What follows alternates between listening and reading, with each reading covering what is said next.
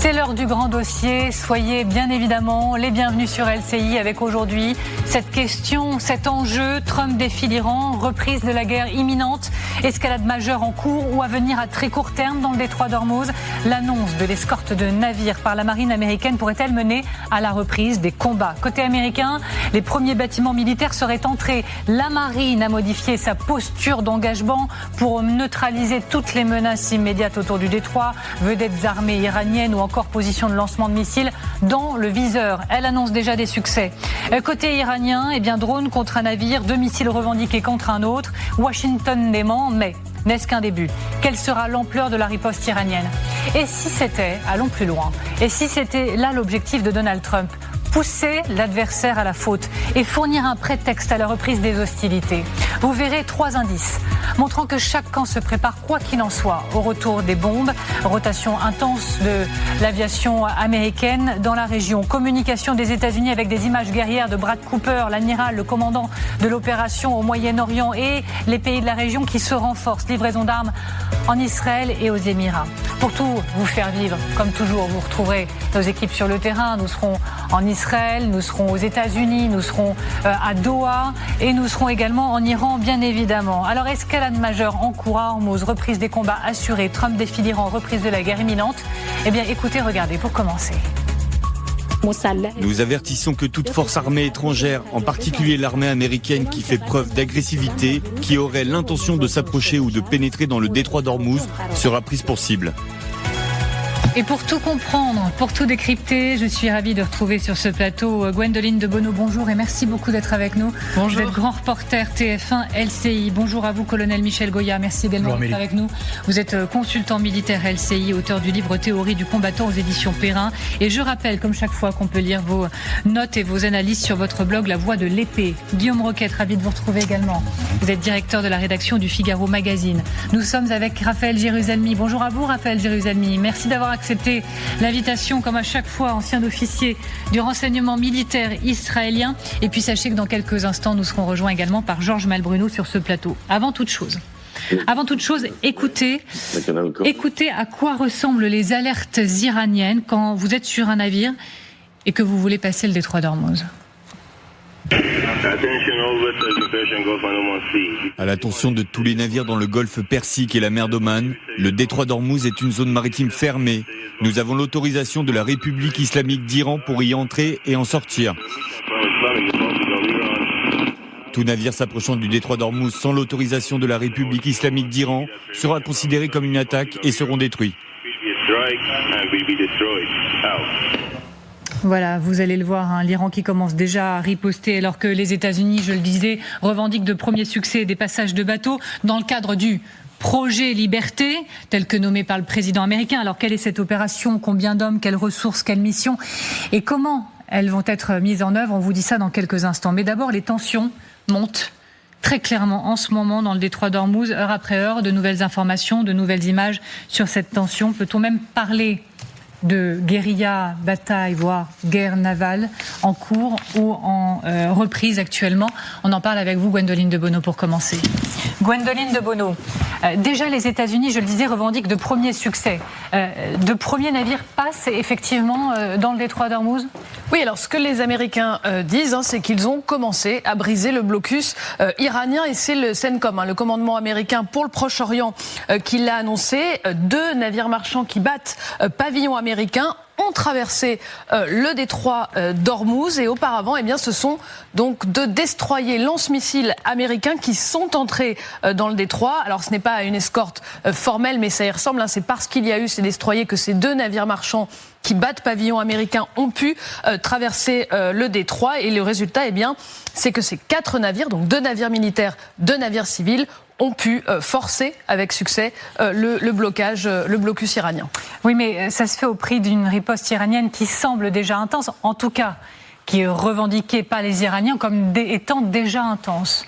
Oui, alors l'Iran a revendiqué 2 tirs de missiles sur une frégate américaine. Alors cette affirmation, il faut le dire, il faut être clair, elle a été immédiatement démentie par l'armée américaine. Ce qui s'est passé juste tout à l'heure, c'est qu'un navire sud-coréen a été attaqué près des Émirats. Ça a même déclenché une alerte aux drones et aux missiles. Vous savez, ces alertes qu'on reçoit sur les téléphones sur le territoire émirati.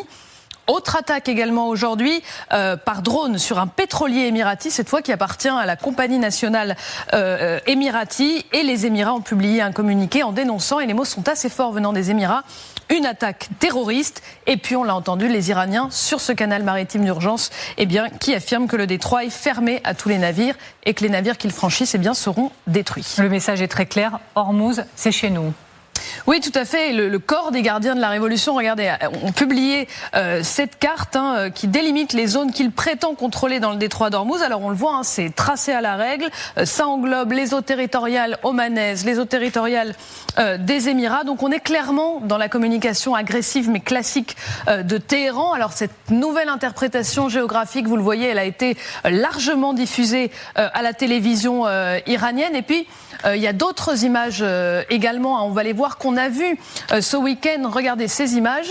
Voilà, alors là, on voit un navire qui bat pavillon libérien et à côté, on voit des pro-régimes qui crient près de ce navire. Voilà. Et puis, voilà, là on les voit. Voilà, on les voit. Alors ça, ce sont les jeunes pro-régime iraniens, en fait, qui se mettent à proximité de ce navire avec une photo du guide iranien.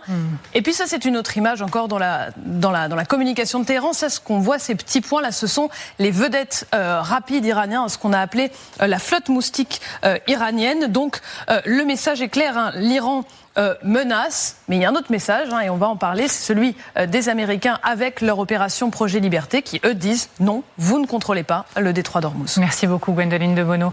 Colonel Goya, je me tourne vers vous. Escalade majeure en cours à Ormuz, est déjà en cours là, au moment où on se parle? Oui, incontestablement. Il y a quelque chose là.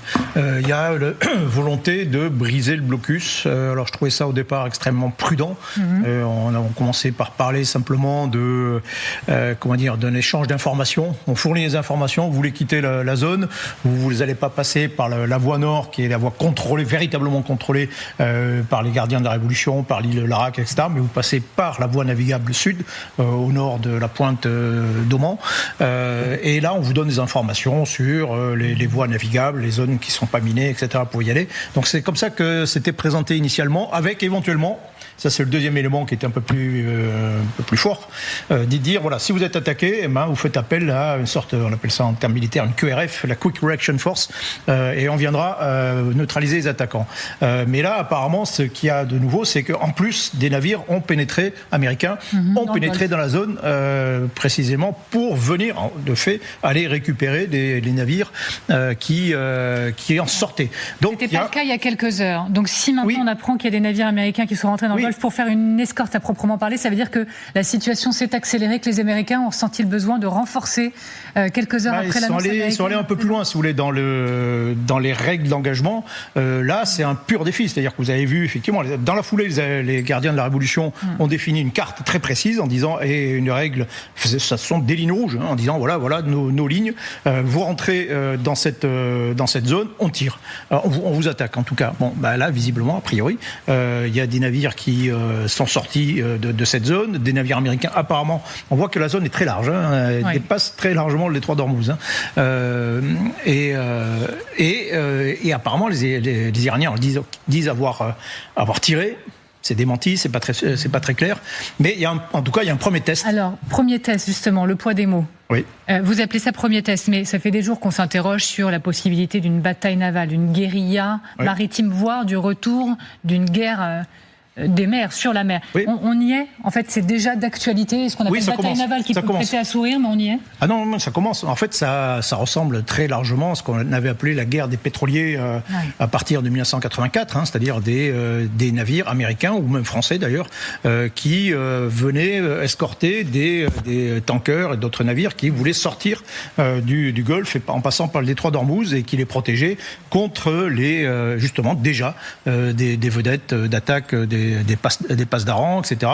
Et ça avait mené d'ailleurs aussi à des opérations américaines contre un certain nombre de petites bases sur le long de la côte, déjà à cette époque. Donc c'est un premier pas, en tout cas, vers une ouverture peut-être par la force du détroit. On continue d'en parler ensemble, mais on retrouve Célia Giuffredi qui est depuis Doha avec nous, avec Arthur Grolet. Merci beaucoup d'être avec nous en direct. Les hostilités se sont durcies, on l'a compris, depuis quelques heures maintenant dans le détroit, alors que Donald Trump a annoncé vouloir libérer les navires bloqués depuis le début du conflit. On parle déjà de réponse par missile sur cette mer qui est juste derrière vous. Merci beaucoup encore une fois Célia d'être là. Sur cette mer derrière vous, est-ce qu'on craint effectivement une guerre navale ? Oui, et c'est ce qui se dessine depuis ce matin, depuis les annonces de Donald Trump avec ce fameux projet Liberté qui consiste à guider les navires commerciaux en dehors du détroit d'Ormuz. Et depuis ce matin, un pétrolier qatari a été attaqué par des drones iraniens alors qu'il tentait de franchir le détroit d'Ormuz. Et il y a un peu moins d'une heure, on a appris aussi des frappes sur un navire sud-coréen. Le navire serait actuellement en feu dans le détroit d'Ormuz. Il se situait très proche des côtes des Émirats Arabes Unis, à tel point qu'une alerte au missile a été envoyée aux habitants des Émirats, une alerte qui a été enlevée depuis que les missiles aient atteint ce fameux navire au lieu des territoires des Émirats Arabes Unis. Et juste après cette attaque, la marine du corps des guides de la Révolution a diffusé un message sur le canal maritime d'urgence pour annoncer que le détroit d'Ormuz, il était fermé à tous les navires de tous les types, de tous les horizons, et que si un navire essayait de franchir le détroit d'Ormuz, il serait tout simplement détruit. Merci beaucoup Célia Giuffredi avec Arthur Grolet depuis le terrain. Merci beaucoup et bon courage à tous les deux sur le terrain. On est donc, je le disais, avec Raphaël Jérusalemi. Merci beaucoup d'être avec nous. Je dis beaucoup merci ce soir. Je suis comme ça. Merci à tous, encore une fois. Raphaël Jérusalemi, est-ce que tout ça n'est qu'un début ? Est-ce que tout ça n'est que le début de la riposte iranienne ? Je rappelle qu'ils ont un peu d'expérience dans le domaine, quand même, pour cibler des navires. On en est, je crois, une vingtaine de navires pris pour cible à ce jour. Alors, ça ressemble à deux boxeurs sur un ring, à la danse avant le combat. Chacun est en train de tâter l'autre jusqu'au moment où l'un d'eux va lancer un uppercut et là, le pugilat va véritablement commencer. Voilà, c'est une image possible. L'autre, c'est l'étincelle qui met le feu aux poudres. Avec quand même une question qu'on se pose. Il y a une supériorité navale indéniable des Américains. Il y a des forces en présence énormes américaines. Mais le combat a l'air d'être pratiquement d'égal à égal. Et les Américains sont encore hésitants ou précautionneux, alors qu'ils auraient pu très bien commencer d'emblée par une frappe massive et mettre peut-être KO une certaine partie des forces iraniennes dans le Golfe. On reste ensemble, mais effectivement, Guillaume Roquette, est-ce que, selon vous, la stratégie de Trump, comme je le disais en introduction, c'est de pousser les Iraniens à la faute ? En fait, chacun essaie de pousser l'autre à la faute. Et est-ce que c'est une stratégie qui, selon vous, est beaucoup trop risquée ? Alors je pense que c'est une stratégie qui est militairement risquée, c'est une évidence, parce que ce détroit d'Ormuz, c'est un peu le piège, vous savez, comme dans les westerns où il y a un passage très étroit dans une vallée encaissée et on ne sait jamais s'il n'y a pas les Indiens qui sont au sommet. En revanche, je pense que c'est politiquement très habile. Pourquoi ? Parce que autant les objectifs de guerre des États-Unis étaient extrêmement contestés quand il s'agissait de frappes sur les infrastructures militaires iraniennes, parce qu'on disait vous avez tiré 13 000, je crois, vous avez fait 13 000 frappes et ça n'a servi à rien. Autant là, tout le monde voit l'utilité de dégager le détroit. 2, tout le monde est d'accord dans le monde entier. Et tous les pays du Golfe, évidemment, n'attendent que ça. Donc, c'est certain qu'en mettant 2 destroyers dans le détroit, alors que pour l'instant, la marine américaine, elle restait prudemment, entre guillemets, à l'est du détroit d'Ormuz, dans le golfe d'Oman, c'est un risque. Mais il me semble que c'est un risque beaucoup plus utile que celui des frappes précédentes sur le sol iranien lui-même. Gwendoline de Bono, Trump veut pousser les Iraniens à la faute et fournir un prétexte à la reprise des hostilités ? Mais surtout, Donald Trump, là, il met les Iraniens face à 2 mauvais choix. Parce que soit les Iraniens attaquent effectivement les navires et les navires américains, s'il y en a d'autres qui venaient à passer, et dans ces cas-là, c'est eux qui reprennent les hostilités, soit ils décident de ne pas attaquer, et dans ces cas-là, les Américains réussissent à briser leur blocus. Mais en revanche, le blocus économique, donc celui que les Américains imposent sur les ports iraniens, lui, il peut continuer indéfiniment. Donc là, les Iraniens, ils sont face à 2 mauvais choix. Ils vont devoir arbitrer. Par ailleurs, il faut noter aussi, les navires américains civils escortés par les 2 destroyers n'ont pas été attaqués. Les navires qui ont été attaqués, c'est les navires où il n'y avait pas de navires américains, de navires militaires à proximité. Donc un navire sud-coréen et un navire émirati. Donc on voit quand même que les Iraniens font très attention. Donc l'escorte pourrait fonctionner ? L'escorte a eu l'air de fonctionner. En revanche, les bateaux qui ne sont pas escortés, on voit le pétrolier émirati qui s'est fait tirer dessus. Pareil pour le navire sud-coréen. Là, les Iraniens tirent. Mais donc, on voit quand même que les Iraniens, ils font très attention à leurs calculs, à ce qu'ils font. Et ils tirent pour l'instant sur des navires qui ne sont pas à proximité de navires militaires américains. C'est intéressant parce qu'il y a d'autres points de vue qui ont émergé sur les réseaux de spécialistes défense qui disaient quelques heures après l'annonce de ce projet Liberté, il y a une mise en échec du projet américain et un aveu d'impuissance parce que déjà frappé, déjà des navires en feu, etc., etc. Vous partagez quel avis, colonel Gouillard? Un peu des deux. Pourtant, je ne suis pas normand. Moi, je le suis. Je suis spécialiste du peut-être ben que oui, peut-être ben que non. Je me permettrai. Non, mais d'abord, oui, effectivement, pour revenir à ce que disait Gwendoline, pendant la guerre froide, on appelait ça une stratégie du piéton imprudent. Le piéton, c'est celui qui est imprudent, qui va sur la route, il regarde rien, il va sur la route, et tout le monde, les automobilistes râlent, mais sont obligés de s'arrêter parce que ils bloquent tout. Et là, c'est la même chose. Vous arrivez sur une position. Et puis vous dites face à l'adversaire, maintenant qu'est-ce que tu fais? Tu tires, c'est toi l'agresseur et on riposte. Et tu tires pas et effectivement t'es bloqué. C'est une stratégie que les Russes ont beaucoup pratiquée dans le passé. Mais les Américains non. Donc ça c'est plutôt habile de leur part. Ça reste malgré tout effectivement assez prudent quand même du côté des Américains. C'est vraiment le tout début de l'escalade. Il y a pas d'attaque. On pointe un petit peu des pointes de destroyers dans la zone. Je rappelle qu'il y avait 2 destroyers qui avaient été envoyés par les Américains, qui avaient fait un peu un tour des ronds dans l'eau dans la zone et qui étaient repartis. C'était une manière aussi déjà de narguer un peu les Iraniens. Donc pour l'instant, c'est peut-être le début d'une escalade. Il faut quand même rappeler que s'il y a 2 navires qui sont passés à ce rythme-là, il faudra 1 an pour sortir tous les navires les uns après les autres. Mais voilà, après, on peut étendre petit à petit la protection, on peut aller plus loin. On pourrait imaginer par exemple que les Américains déposent des groupes de Marines sur les navires sur les navires eux-mêmes. On l'a fait dans les navires les pétroliers, etc. Les pétroliers, bien sûr. D'accord. Vous déposez, vous héliportez des groupes de Marines. C'est la mission de les protéger contre les attaques de vedettes, etc. Je précise au passage que tous ces gros navires quand même, ils peuvent résister à des coups. Ils sont tous à double coque, ils sont tous les tankers sont compartimentés, donc ils peuvent se prendre un missile sans pour autant couler. D'accord. Maintenant, c'est évident, je rappelle que c'est quand même des navires civils que les amateurs n'ont pas forcément non plus envie de tenter l'expérience. Non, et c'est quand même là tout l'enjeu, c'est-à-dire qu'il faut convaincre des armateurs d'accepter malgré tout de prendre des risques et d'aller rejoindre les forces américaines. Vous avez rappelé que Donald Trump, à coup de destroyer, avait nargué les Iraniens il y a peu. Bon, vous le savez, il nargue aussi par la communication grâce à ses réseaux sociaux. Et allez, derniers éléments en date, voilà, il a voulu jouer au Uno. Il a peut-être un petit sujet sur la règle, parce qu'en mettant beaucoup de cartes, il dit qu'en gros, il les a toutes et qu'il va gagner, sauf que Uno, c'est celui qui a moins de cartes qui gagne, et c'est ce que les Iraniens, lui ont répondu. Voilà, ça fait un peu sourire, mais encore une fois, tout ça est extrêmement sérieux, il y a des enjeux qui sont majeurs. On prend la direction de Téhéran, d'ailleurs, pour continuer d'en parler de ces enjeux majeurs, pour vous retrouver Siavash Ghazi, correspondant RFI et France 24. Siavash Ghazi, comment pourraient réagir les Iraniens? Comment réagissent-ils? Jusqu'où ça peut nous mener?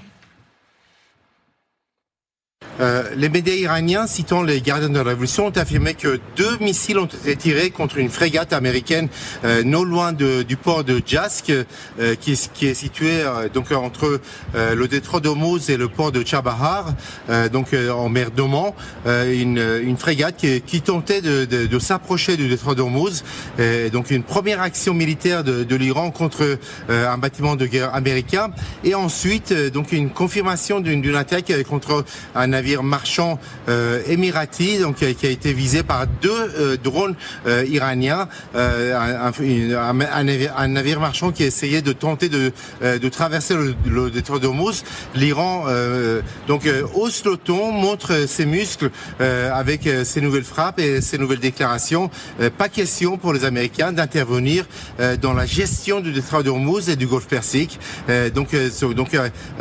Pour l'Iran, c'est une manière de montrer avec ces actions qui ont été menées depuis 2-3 heures qu'il ne s'agit pas d'accepter que les Américains puissent intervenir dans le détroit d'Ormuz pour permettre aux navires qui sont bloqués et stationnés dans la région de traverser le détroit d'Ormuz sans l'autorisation de l'Iran et sans payer de taxes. Merci beaucoup Siavash Ghazi depuis Téhéran, correspondant à RFI et France 24. Raphaël Jérusalemi, vous êtes toujours avec nous. Et Israël dans tout ça ? Est-ce qu'on peut attendre de la part d'Israël une intervention dans les minutes ou dans les heures qui viennent sur ce domaine-là ? Bien. Oui, si les combats reprennent, Israël s'empressera de reprendre les combats, car ça fait longtemps qu'on attend de pouvoir le faire. Nous estimons depuis le départ que ce cessez-le-feu est une erreur historique, stratégique de la part de Donald Trump, qui se fait mener en barque, c'est le cas de le dire, par les Iraniens. Donc nous sommes prêts, nous redoutons au contraire qu'il y ait une frappe justement trop prudente, comme c'est le cas maintenant, et aussi de courte durée, et non pas une véritable reprise de l'offensive. Nous considérons que l'objectif final, c'est la chute du régime des Mollahs. Tout autre objectif ne sert absolument à rien. Je voudrais juste préciser sur le plan de la stratégie américaine qu'il y a une protection assez rapprochée des navires battant pavillon américains et un petit peu moins donc pour la Corée du Sud, on le voit, ou les Émirats. Et je pense qu'ici, il y a une stratégie discrète de amener une implication de la communauté internationale. Je pense que les Américains, Donald Trump surtout tôt ou tard, va dire pourquoi je fais le travail tout seul. Donc il va à un moment donné ou à un autre tenter d'impliquer la communauté internationale. On reste ensemble. J'apprends à l'instant, je lis que les Émirats arabes unis déclarent que leur système de défense aérienne réagissent actuellement à une menace de missiles. Là, on va attendre la confirmation et on va voir si les missiles frappent vraiment, mais ça confirmerait le fait d'une intensification quand même de la situation sur place. Oui, là aujourd'hui, du fait de la décision de Donald Trump de faire aussi une opération pour forcer le blocus iranien, de toute façon, on est dans une intensification des événements. Sur les missiles aux Émirats, tout à l'heure, quand le navire sud-coréen a été attaqué, c'est ça qui a déclenché également une alerte aux drones et aux missiles sur le territoire des Émirats arabes unis. Donc s'il y a des attaques sur des navires qui sont stationnés qui mouillent proches des Émirats, ça déclenche aussi des alertes dans le pays. Ça, voilà, il faut le savoir. Mais là, on est dans une forme d'escalade, puisque le président américain a, semble-t-il, décidé de sortir du statu quo. Guillaume, juste un petit point technique. C'est intéressant, c'est que ces navires ont été attaqués aux missiles. Alors pourquoi ils utilisent des missiles et pas des vedettes, par exemple les Iraniens ? Parce que les missiles, vous avez les Américains qui sont quand même en arrière, n'ont pas le temps de les intercepter. Donc cette protection américaine, elle est peut-être valable sur les vedettes qui arrivent, qu'on a peut-être le temps de voir et qu'on a peut-être le temps d'intercepter, mais sur des types de missiles qui vont à Mach 3, vous ne pouvez rien faire. Donc les Américains sont impuissants. Seraient impuissants à protéger les navires, sauf à attaquer véritablement, pour le coup frapper les bases de départ de ces missiles. Ça serait autre chose. Un gros détail, vous avez raison. Allez-y Guillaume. Oui, peut-être que cette espèce de montée en tension, elle était voulue par Donald Trump. Effectivement, Raphaël Jérusalemi le disait, mettez-vous à la place du gouvernement sud-coréen qui n'est pour rien dans ce conflit et dont l'un des bateaux est en feu. C'est pas un bateau gouvernemental, c'est un bateau, pour être précis, armé par un armateur coréen et qui bat, d'après ce que j'ai lu, pavillon panaméen. Mais il y a 1 millier de navires, selon les estimations, qui sont bloqués dans toute la zone entre le golfe Persique et le golfe d'Oman. Si les Iraniens commencent à tirer dessus, ils vont devenir l'ennemi de l'humanité. Et donc, on peut imaginer que la réserve dont font preuve pour l'instant les Occidentaux et les alliés historiques de Washington dans cette guerre, ça pourrait les faire un peu bouger. Alors, escalade majeure potentiellement en cours en ce moment à Hormuz, reprise des combats assurés. C'est pas certain non plus. Est-ce que c'est déjà amorcé? Toutes ces questions-là qu'on se pose depuis tout à l'heure, on continue de se les poser avec Georges Malbruno. Je vous en prie, faites votre entrée sur ce plateau, Georges Malbruno. Vous êtes grand reporter au Figaro, spécialiste du Moyen-Orient. Oui, les premiers navires de la marine américaine sont arrivés pour escorter des bateaux. Est-elle en train de mener cette opération, ce projet Liberté, Georges Malbruno, à la reprise des combats? Merci d'avoir accepté l'invitation. Déjà, la tension est montée très fort ces dernières heures, vous l'avez compris. Peut-elle dégénérer, passer de la guérilla maritime à la guerre totale en mer et au-delà? Et si c'était ce que cherchaient les Américains? Ces questions, on continue de se les poser ensemble et on reprendra la direction du terrain également dans quelques instants. À tout de suite.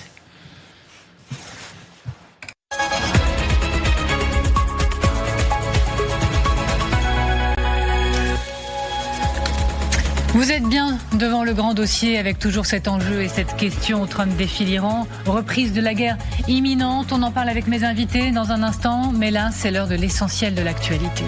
3 personnes sont mortes en pleine croisière au large du Cap-Vert sur un navire où un cas de hantavirus a été confirmé. 5 autres sont suspectés. L'Organisation mondiale de la santé a lancé des investigations sur ce virus rare, généralement transmis par les rongeurs, qui peut entraîner des formes respiratoires graves. Il pourrait débarquer aux îles Canaries. 149 personnes de 23 nationalités seraient contraintes de respecter de strictes mesures d'isolement à bord. Un petit sursis, voire une petite respiration. La France devrait éviter la récession d'ici 2028. C'est le verdict signé du gouverneur de la Banque de France dans sa lettre annuelle. François Villeroy de Gallo estime que le pays est en capacité de faire face malgré les incertitudes liées à la guerre au Moyen-Orient. L'inflation, après une poussée en 2026, reviendrait ensuite sous 2%. Peut-il recoller les morceaux? Le secrétaire d'État américain Marco Rubio va se rendre à Rome et au Vatican la semaine prochaine. Il va à cette occasion rencontrer jeudi le pape. Cette visite survient quelques semaines après les critiques virulentes de Donald Trump envers le souverain pontife et Giorgia Meloni. Voilà pour l'essentiel de l'actualité. Nous reprenons le fil de ce grand dossier. Trump défie l'Iran, reprise de la guerre imminente. Je resalue sur ce plateau mes invités, j'en suis ravie. Gwendoline de Bono, le colonel Goya, toujours avec Guillaume Roquette, Raphaël Jérusalemi, toujours avec nous. Et bonjour à vous, donc, Georges Malbruno. Rebonjour, merci d'être là. Vous êtes grand reporter au Figaro, spécialiste du Moyen-Orient. Donc, le Freedom Project, le projet Liberté de Donald Trump est lancé aujourd'hui. Une centaine d'avions, des soldats et déjà des navires dans le Golfe pour une opération d'escorte maritime. Pendant ce temps, l'Iran annonce ses premières frappes et le recours à la force contre l'opération. De quoi parle-t-on précisément? Je vais tout vous dire, nous allons tout vous dire dans quelques instants. Mais d'abord, il y a eu cette toute dernière alerte. Les Émirats Arabes Unis déclarent que leur système de défense aérienne réagissent actuellement à une menace de missiles. Pour en parler, nous retrouvions Célia Giuffredi depuis Doha avec Arthur Grolet. Célia, dites-nous, que savez-vous? Qu'est-il en train de se passer dans la région? Alors, ce que l'on sait, c'est justement que ce système de défense antiaérien a fonctionné aux Émirats Arabes Unis et que pour la deuxième fois de la journée, les habitants des Émirats ont reçu une alerte sur leur téléphone pour leur dire que ce système de défense était en train de fonctionner. On vient de l'apprendre à l'instant par le ministère de la Défense des Émirats. 4 drones en tout ont été détectés en provenance de l'Iran en direction de l'État, dont 3 ont été traités avec succès au-dessus des eaux territoriales de l'État, tandis que le dernier est tombé en mer. Alors, le ministère de la Défense veut rassurer et dit que les bruits qui ont été entendus dans diverses régions de l'État étaient le résultat de l'interception réussie des menaces aériennes. Pour l'instant, on peut voir aussi sur Flight Radar plusieurs vols en destination de Dubaï qui ne se posent pas pour l'instant, qui continuent de faire des ronds dans le ciel. Et ici où nous nous trouvons au Qatar, le gouvernement vient de dénoncer cet agissement et soutient les Émirats Arabes Unis. Merci beaucoup Célia Giuffredi avec Arthur Grolet depuis le terrain. Bien sûr, vous revenez vers nous s'il se passe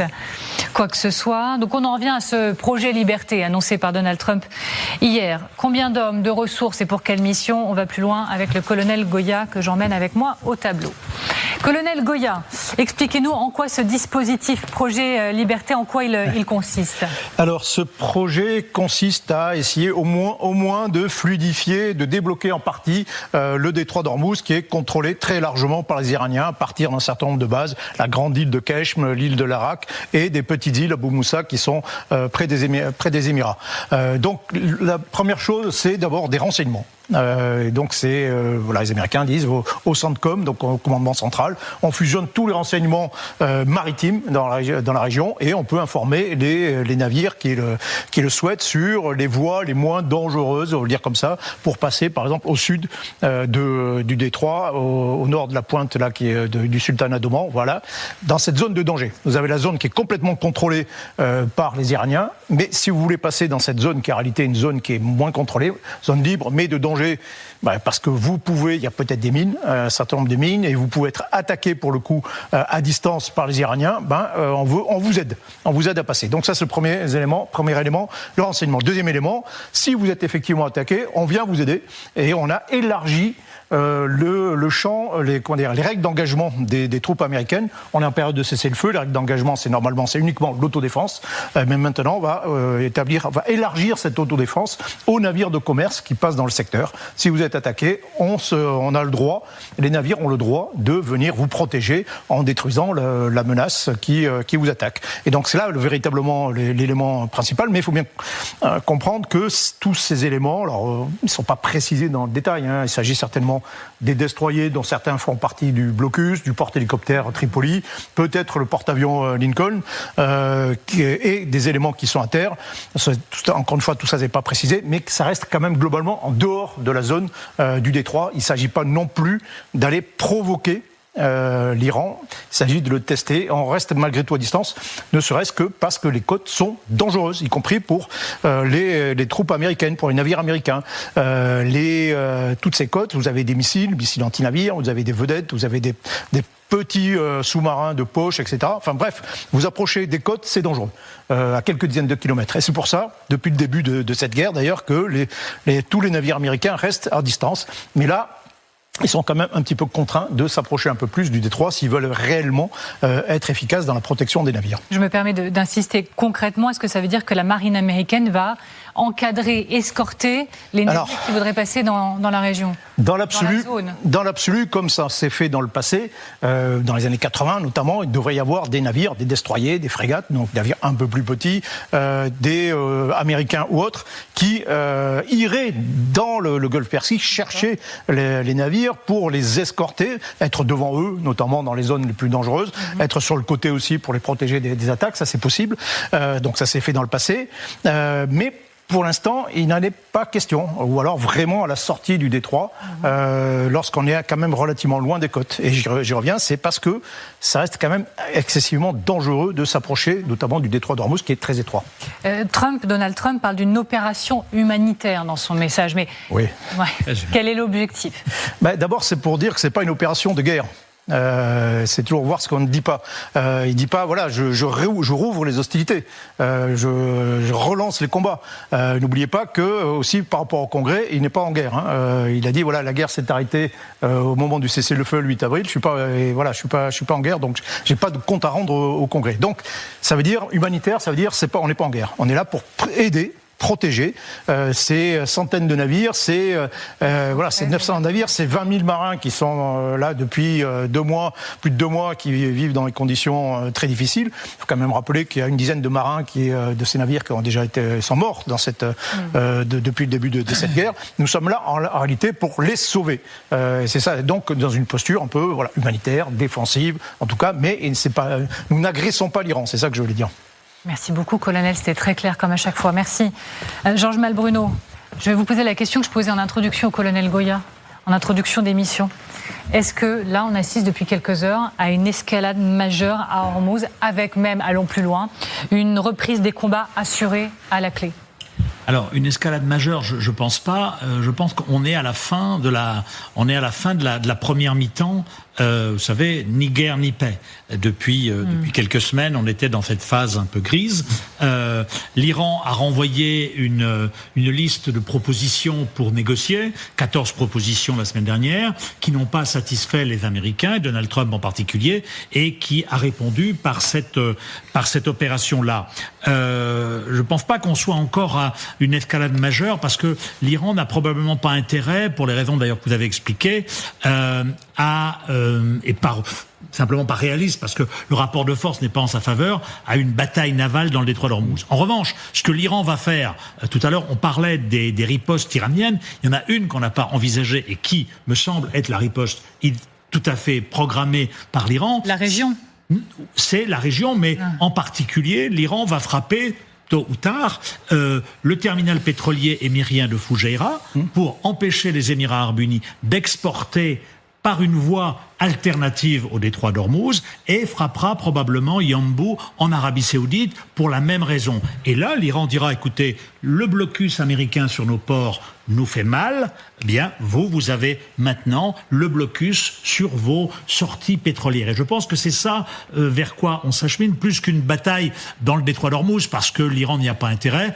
Et on voit bien, vous l'avez expliqué, opération humanitaire, on n'agresse pas, donc on s'envoie des messages, et comme l'a dit notre interlocuteur à Jérusalem, effectivement, on se teste, mais ni l'un ni l'autre n'ont envie d'être celui qui va tirer le premier. Oui, mais donc est-ce que vous êtes d'accord pour dire que la stratégie, c'est de pousser l'autre à la faute? Exactement. Et c'est ce qu'est en train de faire Donald Trump. Mais est-ce que vous pensez qu'il peut y arriver?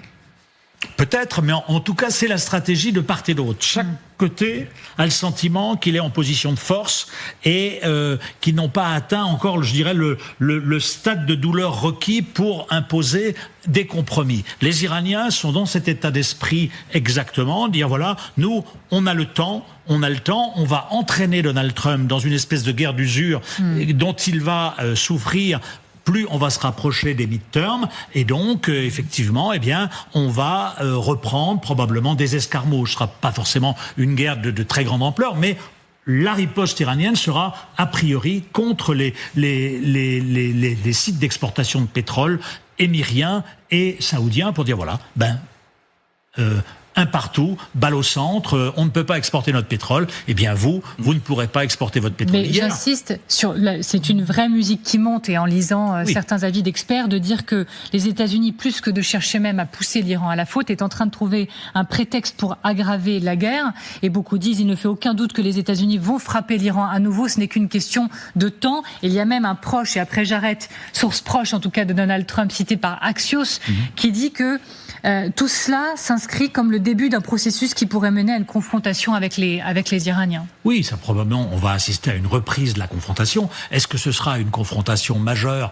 Est-ce qu'elle entraînera une chute du régime? J'en doute. Mais on voit bien que chaque camp est convaincu qu'il peut passer en force. Il peut passer en force. Les États-Unis, parce qu'il fallait trouver une solution à Hormuz, elle risque d'être insatisfaisante. Et l'Iran, en revanche, a le sentiment que le temps travaille pour eux, que certes, le blocus des ports iraniens les empêche d'exporter, mais ils ont une voie alternative par la Turquie, et ils ont le sentiment qu'ils peuvent tenir encore 5-6 mois. 5-6 mois, justement, c'est le délai avant les élections américaines, et donc ils sont dans une stratégie comme ça d'enlisement pour faire en sorte que le coût à payer pour l'économie mondiale, et pour Donald Trump en particulier, soit suffisamment élevé, et qu'à un moment donné, eh bien, les négociations, parce qu'il y a des négociations, via le Pakistan, il y a des échanges, il y a eu quand même 14 points qui ont... Mais pour l'instant, l'Iran ne cède pas. Et pour Donald Trump, c'est inacceptable, d'où cette opération qui, pour l'instant, reste une opération humanitaire, comme vous l'avez dit, mais qui comme quand le dit même Trump. titille sérieusement les Iraniens. On va voir leur riposte. Guillaume Roquette, et j'ai une question bonus pour le colonel Goya. Oui, on comprend bien dans le propos de Georges Malbruno ce que devraient être les réactions rationnelles de part et d'autre. La question, c'est de savoir, est-ce que Donald Trump, il est dans cette logique-là? C'est-à-dire qu'il a été tellement disruptif ou indéchiffrable dans ses prises de position depuis le début de la guerre que toutes les options sont quand même possibles. Moi, ce qui me frappe depuis maintenant 48 heures, c'est tous les échos qu'on a de moyens militaires nouveaux qui sont amenés dans la région avec de très gros avions porteurs américains susceptibles de transporter des chars ou des hélicoptères, ou bien avec ces fameux avions qui permettent du combat anti-char en étant très proche du sol. Donc voilà, si tout le monde se comporte normalement, ça peut être sous contrôle entre guillemets, mais il y a quand même ce risque-là. Alors je me permets, à l'instant même, Georges Malbruno, on apprend qu'il y a un incendie qui s'est déclaré sur un site pétrolier à Fujairah.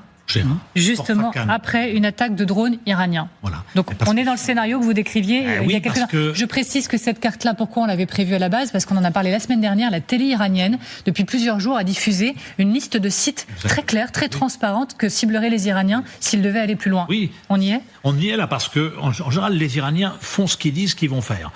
Donc c'est assez facile quand on décrypte. Fujairah, c'est le centre, le terminal pétrolier des Émirats Arabes Unis, au-dessous du détroit d'Ormuz, et qui permet aujourd'hui aux Émirats Arabes Unis d'exporter via un pipeline terrestre et donc d'éviter les problèmes du détroit d'Ormuz. Donc pour les Iraniens vont dire nous on ne peut plus exporter par nos ports, eh bien vous ne pourrez plus exporter par Fujairah. Et vous l'avez bien mis, le port de Yambo, comme par hasard, l'oléoduc de Abqaiq jusqu'à Yambo, qui avait été touché il y a un mois environ, vient d'être réparé, terminé, les réparations sont terminées, et il est à craindre effectivement que si on monte en gamme dans l'affrontement, à un moment donné, justement, eh bien, outre les Émirats, l'Iran frappera le port de Yambo, et là, justement, il y aura une espèce de parité dans la neutralisation, dans l'empêchement d'exporter à la fois du pétrole iranien et émirien et saoudien. On est déjà donc dans cette montée en tension qu'on décrit. C'est un indice supplémentaire, un élément supplémentaire d'une escalade en cours en ce moment. Certainement. Noterez que Fujairah faisait partie des limites. Elle était à l'intérieur des limites de la carte que l'on montrait tout à l'heure. On va essayer de vous la remettre. Voilà. C'était le détroit d'Ormuz très large et qui englobait Fujairah en disant, les passedarans disaient, voilà, nous, tout ça c'est à nous. Voilà, concrètement, vous ne pénétrez pas là-dedans. Donc ils avaient sciemment englobé Fujairah. Oui, on est dans une escalade, incontestablement, une petite escalade. Vous savez, c'est comme au poker, pour essayer de faire craquer l'autre, soit vous faites une escalade, vous montez petit à petit, soit vous faites un moment, vous faites tapis. Tapis, dans l'occurrence, on voit la carte qui inclut Fujairah, effectivement. Faire tapis, ce serait reprendre des frappes massives d'un seul coup pour essayer de mettre une grosse claque à l'adversaire, mais ça c'est une option. Mais l'option qui semble très certainement privilégiée pour l'instant par Donald Trump, c'est l'escalade progressive. On met une pression progressive à laquelle les Iraniens répondent aussi. Eux aussi, ils montent les enchères au fur et à mesure. Voilà, et ils estiment qu'eux aussi, ils ont des munitions, de certaine façon. Ils ont les deux boxeurs sur le ring, comme le disait Raphaël Jérusalemi, qu'on va retrouver dans un instant. Gwendoline de Bono, on prendra aussi la direction de la Maison-Blanche juste après. Allez, Gwendoline, sur cet incendie, et est-ce que, on est sur ces échelons redoutés supplémentaires, là, en ce moment ? Oui, en tout cas, on est sur un moment où, manifestement, on sort du statu quo. Après... Est-ce que ça va s'arrêter là ? J'en doute, il ne faut pas oublier, parce que là, on est sur Hormuz, on est sur ces cibles liées à l'énergie, etc.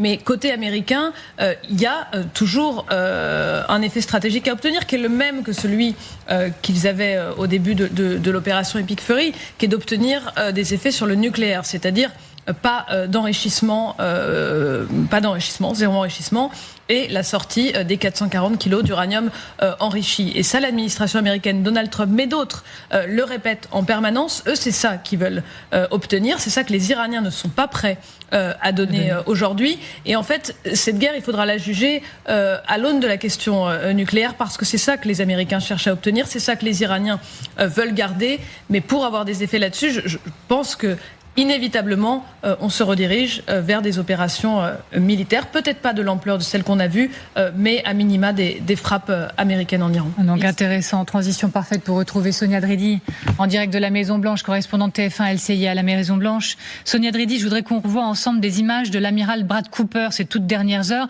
Il est le commandant du CENTCOM, il a survolé les eaux régionales dans et près du détroit d'Ormuz à bord d'un hélicoptère Apache, vous le voyez là. C'était hier, à la veille du soutien militaire américain au projet Liberté dont on vous parle depuis tout à l'heure. Il a interagi avec des soldats de l'armée américaine après avoir rencontré des marins, des Marines, samedi à bord de 2 navires de guerre de l'US Navy patrouillant en mer d'Arabie. Sonia Dridi, est-il clair pour vous que la confrontation, la guerre des missiles, effectivement, est en train de se préciser? Est-ce que ce n'est, selon vous, qu'une question de timing et qu'il ne fait aucun doute que les États-Unis vont frapper à nouveau l'Iran?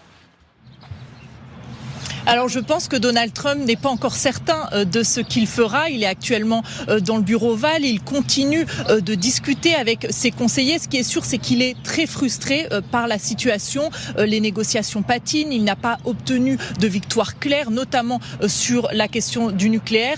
Un officiel de l'administration confié à Axios qu'il voulait de l'action, qu'il voulait mettre la pression sur l'Iran pour obtenir un accord. C'est ce que voudrait le plus Donald Trump, c'est passer par un accord, mais si il ne peut pas l'obtenir, il est possible en effet qu'il passe à l'action, en tout cas que les options militaires ne sont pas exclues. Alors pour l'instant, il a choisi l'approche la moins guerrière, puisqu'on sait que l'amiral Cooper lui a présenté ici à la Maison Blanche des options jeudi soir pour débloquer le détroit d'Ormuz, notamment en envoyant des navires de guerre dans ce détroit pour l'ouvrir de force.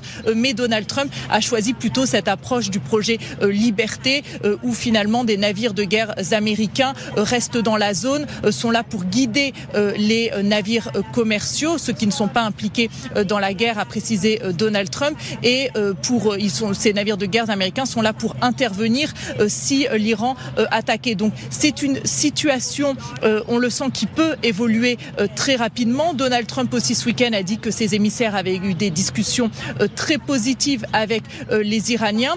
Il continue de vouloir tendre la main aux Iraniens en mettant une pression forte et en même temps il ne va pas vouloir perdre la face, donc en effet l'option militaire reste sur la table. Merci beaucoup Sonia Dridi, correspondante TF1 LCI à la Maison Blanche. Pendant que vous parliez, une nouvelle image du compte de la Maison Blanche vient de nous parvenir et oui, je dois le reconnaître, pendant ce direct, j'ai pris le temps de demander à mon équipe si, est-ce que c'est pour de vrai? Est-ce que l'image est bien vérifiée? Parce que oui, Donald Trump s'affiche comme ça, regardez, en armure, avec le drapeau américain, Maître Yoda dans sa poche. Dans une galaxie qui exige la force, l'Amérique se tient prête, c'est la voix, que le 4 mai soit avec vous, dit le président américain. Bon, voilà, ça c'est pour la guerre des... Une référence à la série The Mandalorian. Vous pouvez expliquer pour ceux qui... C'est une série dans l'univers de Star Wars, sur un personnage avec un mini Yoda, comme un des 2 personnages principaux. Alors bon, voilà, ça fait la guerre. C'est l'histoire d'un chasseur de primes qui protège le bébé Yoda. D'accord. Je ne pensais pas vous entendre prononcer cette phrase un jour, mais ce que Trump nous pousse à faire, c'est quand même assez fou parfois. Ça c'est pour la guerre de communication. Raphaël Jérusalemi, je reviens à ce qui se passe sur le terrain. À quel point est-il difficile pour les Américains, quelles que soient les images envoyées sur les réseaux sociaux, pour faire face aux Iraniens? Encore une fois, Gwendoline en parlait tout à l'heure. Il y a par exemple les fameuses flottes moustiques. Est-ce qu'il va être extrêmement difficile en réalité dans les faits d'y faire face à tout ça? Difficile, oui, mais tout à fait faisable. Je le dis et le répète, il y a une suprématie navale américaine qui fait que je pense personnellement qu'ils ont adopté la mauvaise stratégie et qu'il fallait commencer par une frappe massive et violente et non pas par cette précaution qui n'est pas du tout justifiée et qui permet juste à l'ennemi de se préparer, de se regrouper, et comme l'a très justement dit le colonel Goya, la menace des missiles, par exemple, qui n'a pas été prise en compte.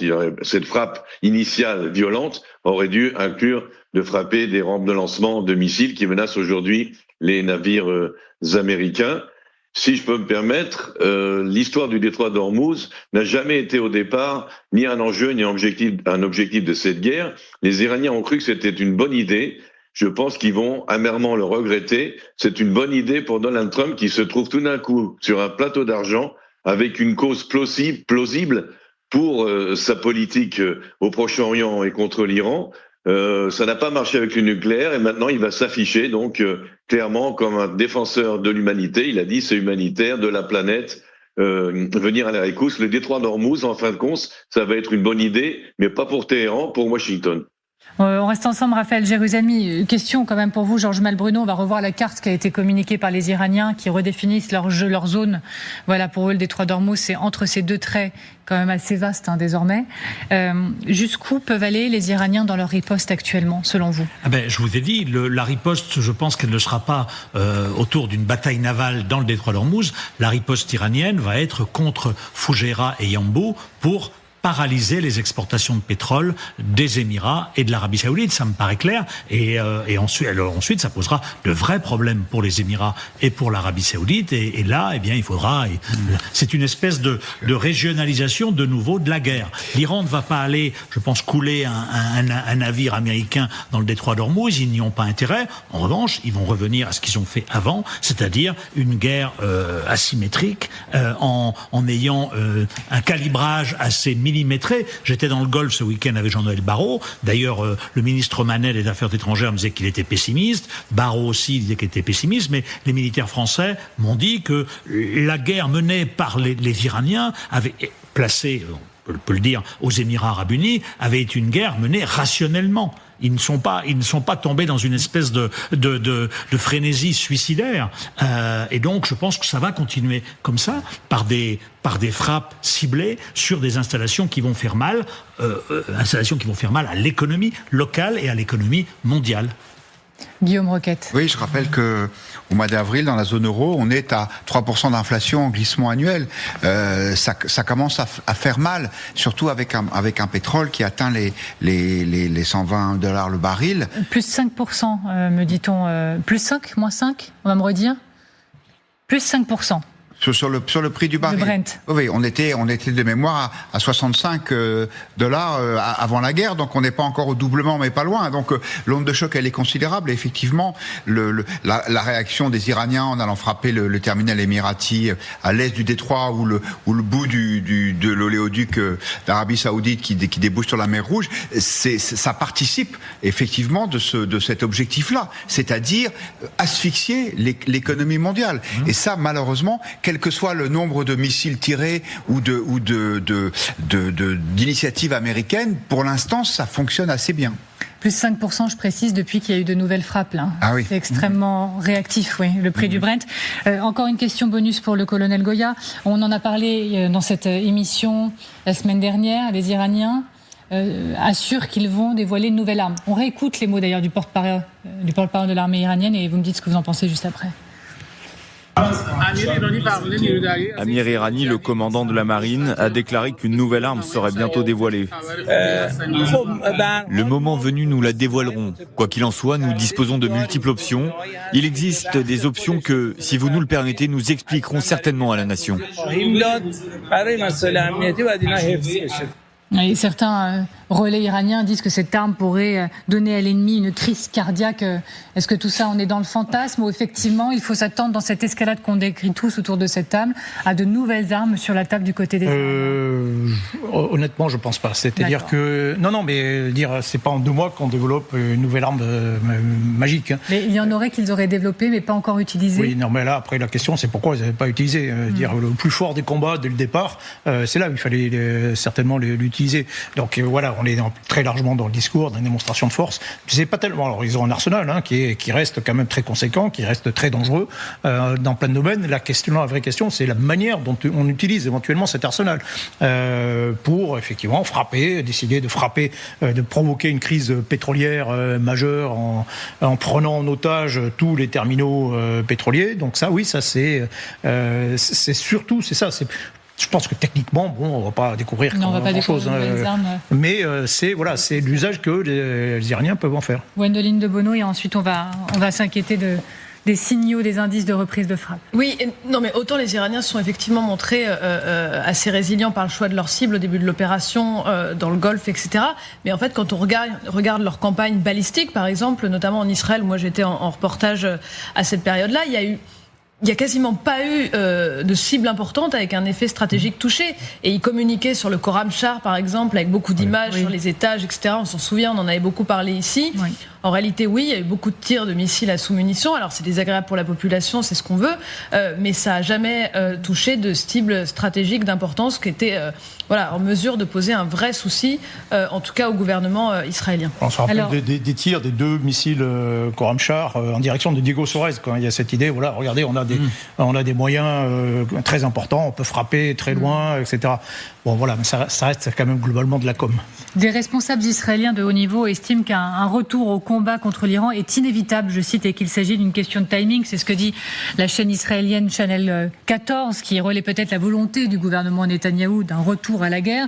Dans les médias, d'autres médias israéliens, on lit que Israël évalue que les chances d'une reprise de combat avec l'Iran augmentent bel et bien. Bon, quels sont les indices dont nous disposerions en ce moment d'une reprise de la guerre des missiles? Bon, chacun se prépare. Vous direz c'est de bonne guerre, mais vous allez nous dire pourquoi et comment, colonel Goya. Colonel, d'abord les signes de préparatifs de l'armée américaine. Que voit-on du côté des Américains ? Alors, on a des signes de renforcement. Encore une fois, c'est pas pour autant que les Américains envisagent dès à présent de reprendre des frappes de grande ampleur, comme ça a été le cas précédemment. C'est possible, mais il est normal que dans cette période de cessez-le-feu, on se renforce des deux côtés. Donc là, effectivement, le premier indice, le plus évident, ce sont le transit aérien, tous ces vols qui arrivent depuis l'Europe, et on note au passage l'importance quand même de l'Europe. Heureusement que il y a des bases américaines en Europe, ça c'est un petit message à Donald Trump. Heureusement, sinon les Américains seraient très embêtés si vous voulez alimenter ce front. Donc merci l'Europe au passage. Est passé. Voilà. Et donc oui, alors c'est normal. Donc là on ravitaille, on recomplète en munitions. Il y a eu énormément de munitions qui ont été consommées, donc on recomplète tout ça. Il y a quand même encore, il ne faut pas oublier, des transferts de troupes aussi qui ont été lancés dès le début de la guerre, mais qui ont mis du temps pour arriver. Je pense notamment à la brigade de la 82e division de parachutistes, etc. Vous notez, alors là, on est sur les ravitailleurs en vol. Alors les ravitailleurs, je le rappelle, c'est indispensable à toutes les opérations aériennes modernes, surtout lorsque ça menait à distance. Vous voyez la carte. Le groupe aéronaval Lincoln, il est loin, hors de cette carte. Et s'ils veulent intervenir dans l'Iran, au cœur de l'Iran, il faut des ravitaillements en vol. Pareil, pour les avions qui partent de Jordanie, il faut du ravitaillement en vol.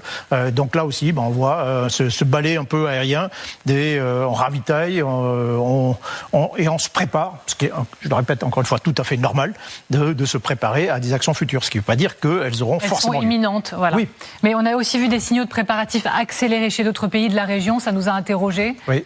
Alors que faut-il lire et voir oui, c'est un cas particulier, c'est celui des Émirats, qui prend beaucoup d'initiatives en ce moment. On rappelle les Émirats, ils sont sortis de l'OPEP.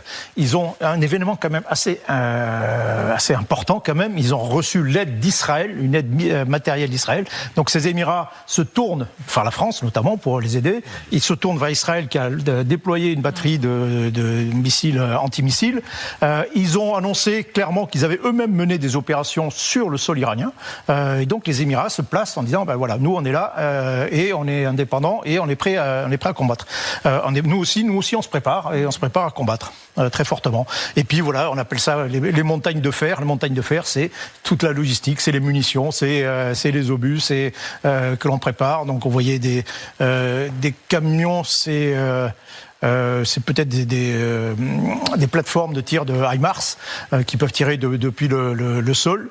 Voilà, donc on se prépare des deux côtés, mais il n'y a pas fondamentalement, il n'y a pas d'éléments nouveaux qui sont arrivés de renforcement depuis le cessez-le-feu. C'est des choses qui étaient prévues, qui arrivent maintenant, dont certaines sont employées actuellement activement dans le blocus ou le contre-blocus américain, mais cela veut dire concrètement qu'on peut à tout moment reprendre une campagne aérienne de grande ampleur. Merci beaucoup. Voire même, j'ajoute, justement, et en plus, par rapport au début de la guerre, on peut rajouter des opérations amphibies, par exemple, sur le détroit d'Ormuz, sur l'île de Kharg, etc. Ça, ce n'était pas possible au début de la guerre. Maintenant, ça l'est. Ça vaut peut-être un prochain sujet, d'ailleurs. Raphaël Jérusalemi, vous êtes toujours avec nous. Cette question, depuis le début de l'émission, on le dit, on le verbalise, avec ce qui se passe, le projet Liberté et l'escorte de navires dans le détroit d'Ormuz, il y a des signes d'escalade. On voit des médias israéliens qui disent que ce n'est qu'une question de timing pour revenir au temps des frappes. Que disent vos capteurs et vos relais à vous, Raphaël Jérusalemi? C'est un vœu pieux des Israéliens. Ce n'est pas un secret que les Israéliens veulent reprendre l'offensive là où on l'avait laissée. On a reçu ce week-end 6500 tonnes de munitions et d'équipements par un train aérien américain. On a, comme le colonel Gaillard l'a rappelé, on est intervenu dans les Émirats. Alors il y a le dôme de fer qui a été déployé. Il y a des conseillers techniques pour déjouer les attaques de drones. Et en fin de compte, il y a ici un bloc qui s'est créé, que les Iraniens en fait ont créé, qui fait que les pays arabes se rapprochent beaucoup des Israéliens, en tous les cas pour le matériel de défense militaire. Et puis dans tout ce temps-là, la raison pour laquelle les Iraniens veulent reprendre l'offensive, c'est qu'ils ont eu le temps de collecter énormément de renseignements durant ce cessez-le-feu. Ils ont vu où, quand et comment les Iraniens se redéployaient, se regroupaient. Il y a une nouvelle banque de cibles qui nous démange en fin de compte, parce que nous avons maintenant une nouvelle banque de cibles depuis le cessez-le-feu qui fait que nous devons frapper. Je rappelle juste, pour terminer, que les Iraniens, à l'heure actuelle, représentent une capacité de nuisance importante, mais ne représentent plus, comme il y a 2 mois, une menace existentielle pour l'État d'Israël. Nous avons donc ici la possibilité d'attendre encore un peu, oserais-je dire, et si malheureusement la politique de Trump échoue, eh bien, il faudra attendre un nouveau round, et cette offensive, tout cela n'aurait été qu'un round dans un conflit qui dure depuis des années. On reste ensemble. Georges Malbruno, je vous voyais réagir. Non, j'ai beaucoup de respect pour le renseignement israélien dont on sait les capacités, mais je rappellerai quand même que Donald Trump s'est un peu fait enfumer par le Mossad, qui lui avait présenté justement une opération qui conduirait rapidement à un effondrement du régime et qui ne s'est pas passé comme ça.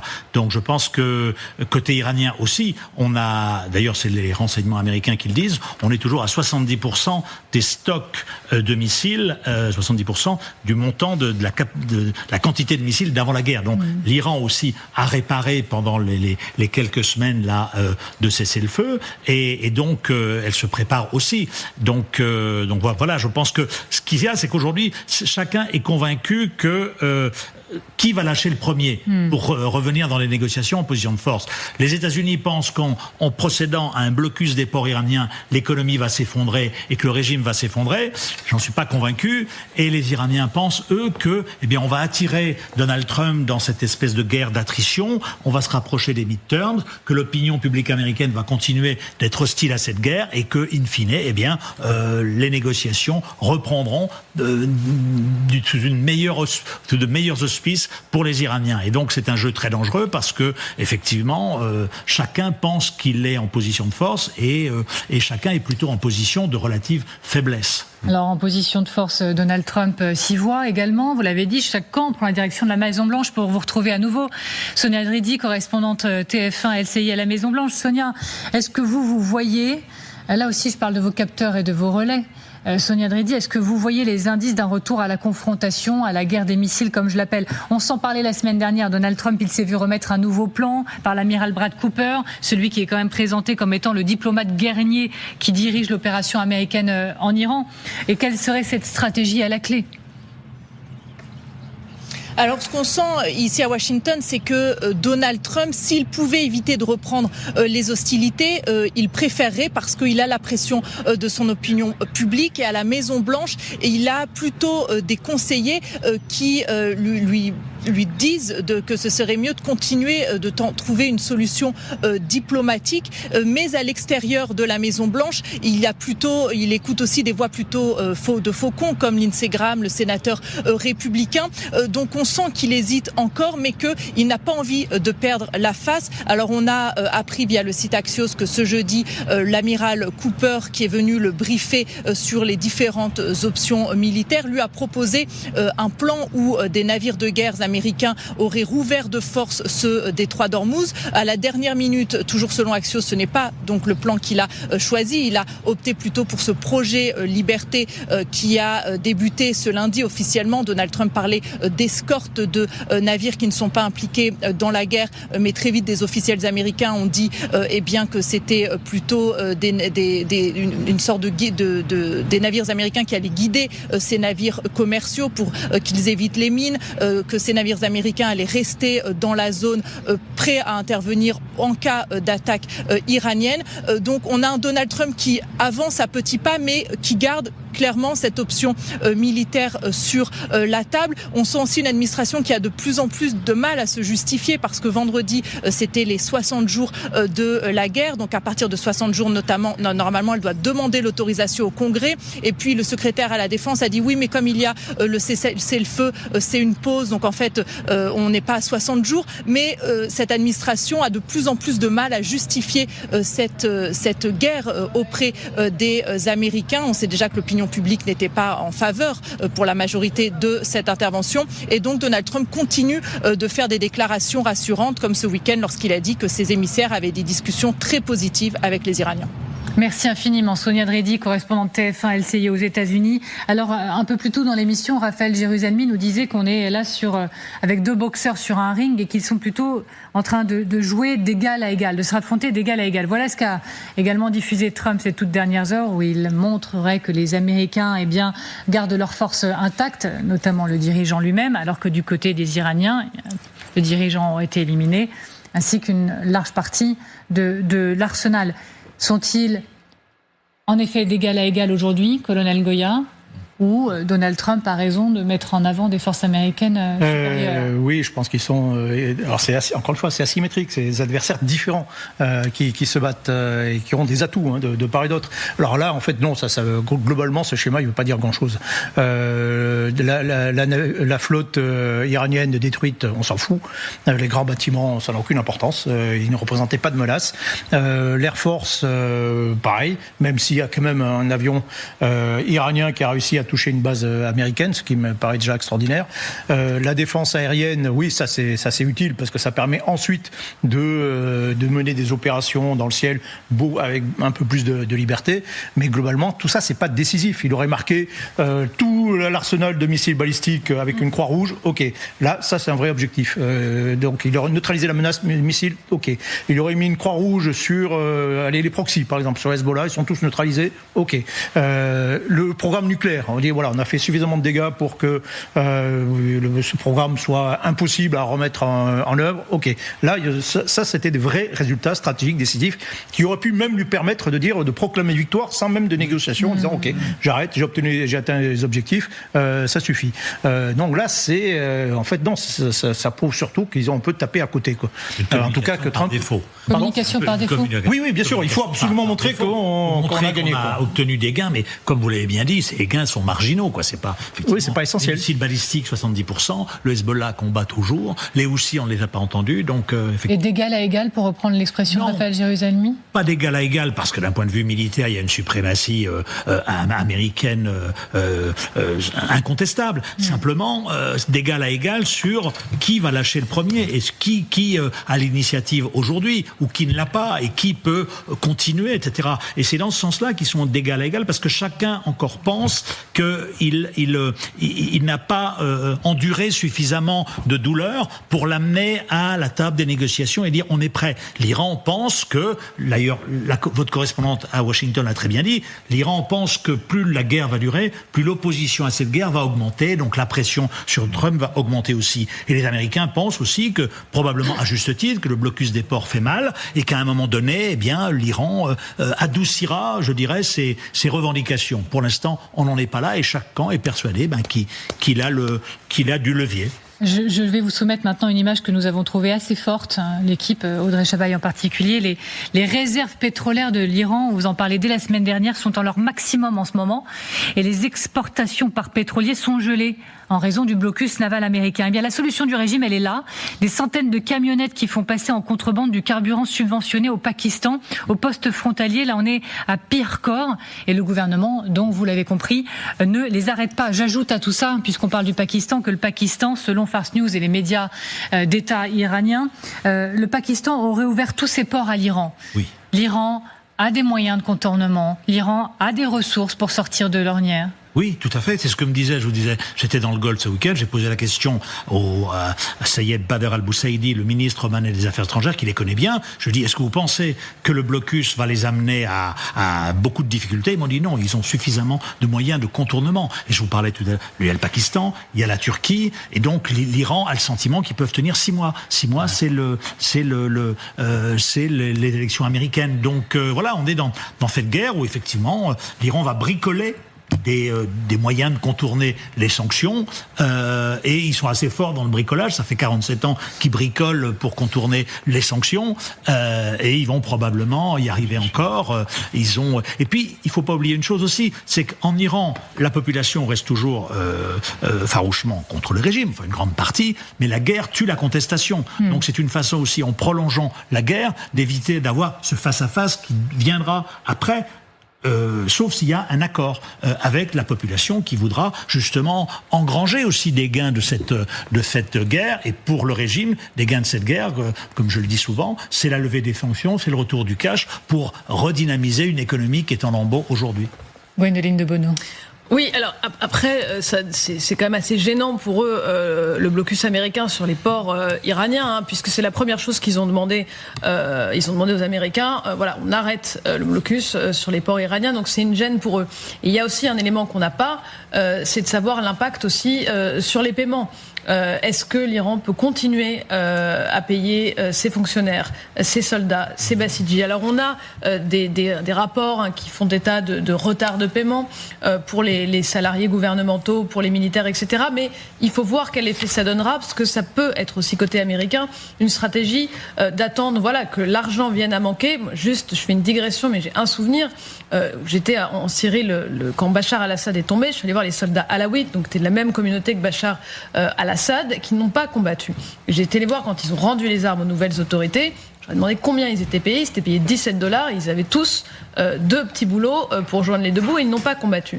Donc ça, c'est des éléments qui sont difficiles à évaluer aujourd'hui, parce que je pense qu'on n'a pas toutes les données, mais qu'il faut garder à l'esprit. Merci beaucoup Gwendoline de Bono, merci beaucoup Colonel Goya, merci beaucoup Guillaume Roquette, merci Raphaël Jérusalemi qui est avec nous, et merci Georges Malbruno d'avoir accepté l'invitation une fois de plus. Merci surtout à vous, bien sûr, de nous avoir regardés, et vous le savez, vous pouvez nous écouter, instant QR code, en bas de l'écran s'affiche ce petit QR code que vous pouvez scanner, flasher, et nous retrouver sur toutes les plateformes habituelles, Deezer, Spotify, Apple Podcasts, vous avez le choix.